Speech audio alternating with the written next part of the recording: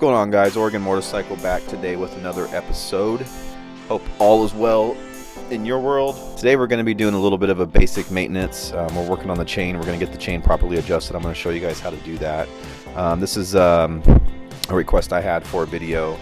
So I've also got a request for a video about my gear, what I use for my rain gear and stuff. So that's going to be coming up pretty soon too. So you're going to need a 10mm and a 12mm in wrench for the chain adjusters, and you're also going to need a 24mm socket.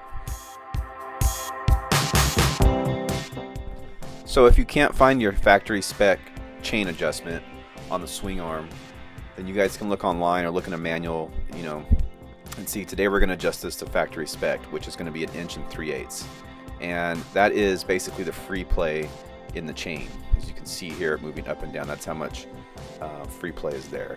So we want to strive for 1 3/8 inches of free play. Hold your tape measure perpendicular to the chain, and then move your chain up and down to see exactly how much free play you have.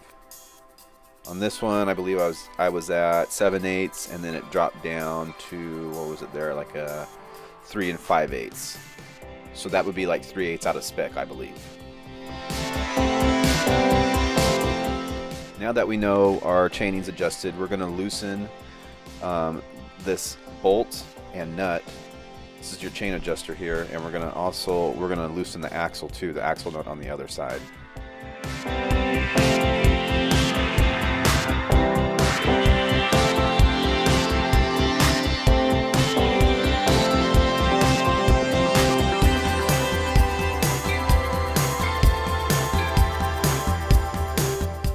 Alright guys, so now we're going to make the actual adjustment, and we're going to do that by backing out this bolt right here. And you don't need to do that many turns. Maybe start with a quarter turn or something at first, and you want to do both sides the same. That way you're backing the wheel out the same amount, so you keep the alignment the same. And we're going to go over the alignment here in a minute, but basically back that out even amount on both sides depending on how loose your chain is and how far you want to go. After the adjustment, go back and check the chain slack again to see where you're at. As you can see here, we are exactly at 1 3/8 inches. I'm hitting 1 inch from the center of the chain and dropping it down. It's hitting 2 3/8 inches on the tape measure to the center of the chain. And so that's right there within factory specs. This may take you a couple tries. It took me a couple tries. But basically, that's set now to where you want it.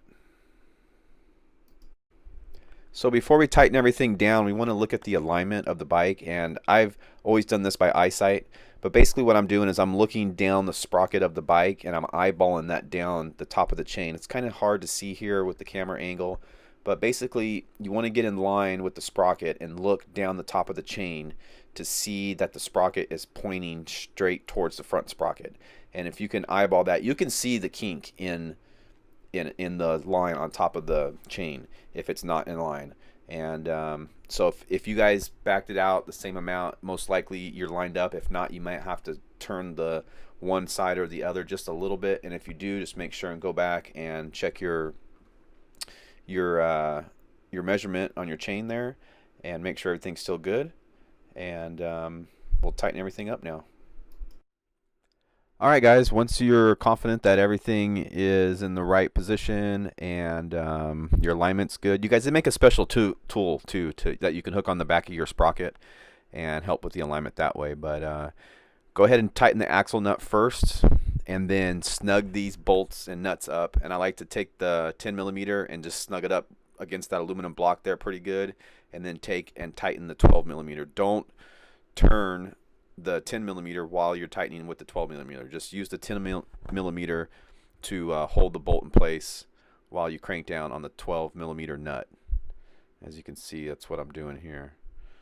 So I hope this was helpful to you guys. If you have anything to throw in there, put it in the comments down below. Again, if you guys are new to the channel, hit that subscribe button. We're trying to hit 3,000 subscribers by the end of 2020. And you guys can all help me do that by hitting that subscribe button. It doesn't cost anything, it's free. And I thank all you guys for watching and enjoying my videos. Until next time, folks, Oregon Motorcycle.